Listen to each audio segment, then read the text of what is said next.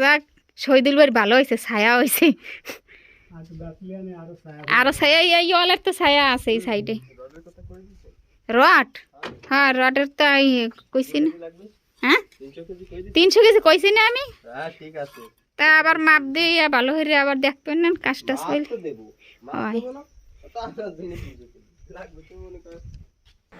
আসসালামু আলাইকুম, সবাই কেমন আছেন? আশা করি সবাই ভালো আছেন। আলহামদুলিল্লাহ আমিও ভালো আছি। আর ঘরের কাজ অনেক দিন পর ধরা হয়েছে, মানে আমরা রমজানে 18 রমজানের দিকে কাজ করাইছিলাম, তারপর অফ রাখছিলাম আর কাজ করানো হয়নি। তারপর তো ঈদের পরে পরে তো অনেক গরমে আর কাজ করানো হয়নি। যাই হোক আজকে আবার কাজ শুরু করে দিলাম। ইট আনা হয়েছে সকালেই, মানে আজকে ইট আনছি, আজকেই কাজ শুরু। আর আজকে আছে 24 তারিখে আমরা কাজ আবার ধরছি। যাই হোক সবাই সাথে থাকেন, দেখি কি শেয়ার করতে পারি আজকে। এ জায়গায় এই কি ঘাস হয়েছে, গাছ ঢাকি গেছে। এগুলো পরিষ্কার করে সব পরিষ্কার। এই রোদে বলে কি ধরে আমার, দেখি আমি। ওই দেন কুমার গাছে ফুল ফুটছে আজকে, দেখছেন? আমি কইছি না কালকে ফুল, ওই যে ফুল ওইটাও ফুটবে মনে হয়। ওই যে ফুটে গেছে ফুল, দেখছেন? হাইব্রিডের নাম কইছি না। ঘাস পরিষ্কার করা আমার হয়ে গেছে, মানে ওখানে যেটা বেশি ছিল সামনে ওইটাই পরিষ্কার করছি শুধু। আর এত রোদের ভিতরে বসে তো আর বেশি পরিষ্কার করা যায় না, তারপরে অনেকটা পরিষ্কার করছি। আর পরিষ্কার করে তারপর আমি এই যে আলু লাগাইতে চলে আসলাম। এখানে আছে মেটে আলু, মাটির নিচের আলু বলি যে যা বলেন, যাই হোক মেটে আলু লাগাচ্ছি। মেটে আলুর মানে বীজ লাগাচ্ছি।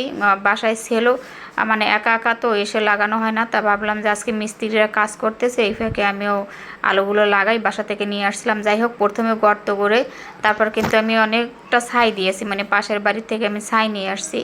ছাই এনে দিয়ে তারপরে উপরে মাটি দিয়ে লাগাই দিলাম। যাই হোক আমার লাগানো শেষ। আর এখন বেগুন গাছের একবারে জঙ্গল হয়ে গেছে, বেগুন গাছের নিচে ডালপালা ভরে গেছে, ওটা একটু কাটতে হবে, তা না হলে তো আর মানে হাঁটাও যায় না। আর একবারে মানে ডালপালায় ভরে গেছে বেগুন গাছ। আর এদিকে যে মিস্ত্রি কাজ করতেছে, অনেক রোদের ভিতর কাজ করতেছে, আসলে ওদেরও অনেক কষ্ট যারা কাজ করে। কি আর করার, কাজ তো করতে হয়। দেখেন বেগুন গাছ ডালপালা একবারে ভর্তি, এখন বেগুন গাছ কাটবো।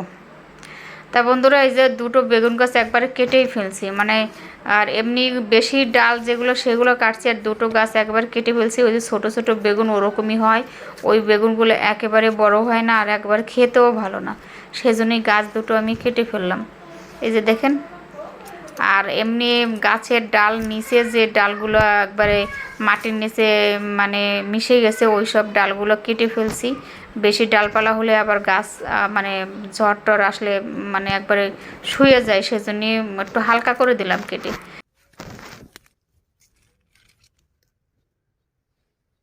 আর উপরে ওই যে এই সাইড করা হয়ে গেছে, লিন্টন পর্যন্ত এই সাইড হয়ে গেছে, এই সাইড হয়ে গেছে, মানে এই সাইডটা পুরোটা হয়ে গেছে। রোদ কিছু দেখা যায় না।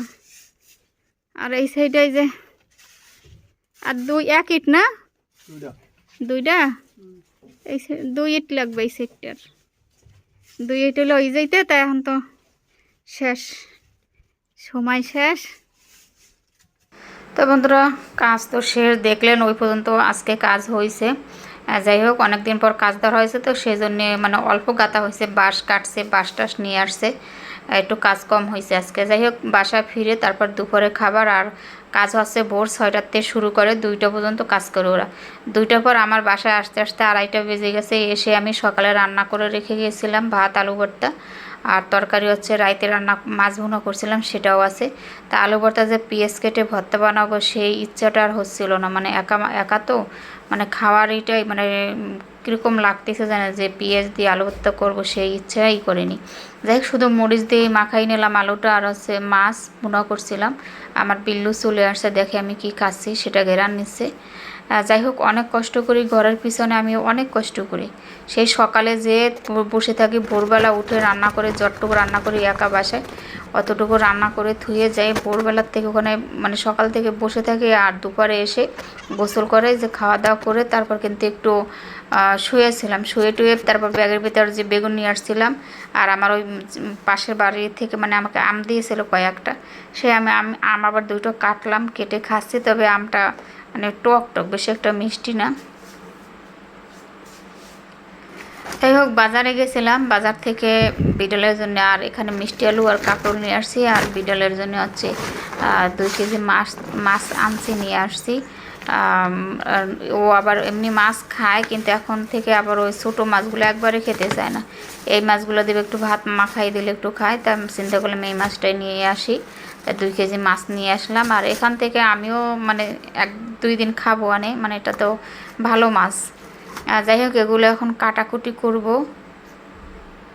এই যে ভালোই মাছগুলো এখন কাটাকুটি করে ধুয়ে দেবো। এই বাজার নিয়ে আসলাম, আর হচ্ছে চাউল নিয়ে আসছি। চাউল একেবারে চাউল নিয়ে, অল্প চাউল আছে 1 বস্তা, মানে 25 কেজি 1 বস্তা চাউল নিয়ে আসলাম।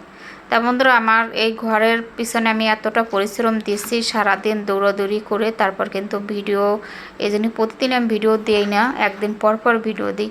যাই হোক, সবাই সাথে থাকবেন, আমার ভিডিও দেখবেন, লাইক কমেন্ট করবেন। যারা নতুন বন্ধুরা আসছেন আমার চ্যানেলটি সাবস্ক্রাইব করে সাথে থাকবেন। তা বন্ধুরা, আজ এ পর্যন্ত, সবাই ভালো থাকেন, সুস্থ থাকেন, সেই কামনা বিদায় নিচ্ছি। আল্লাহ হাফেজ।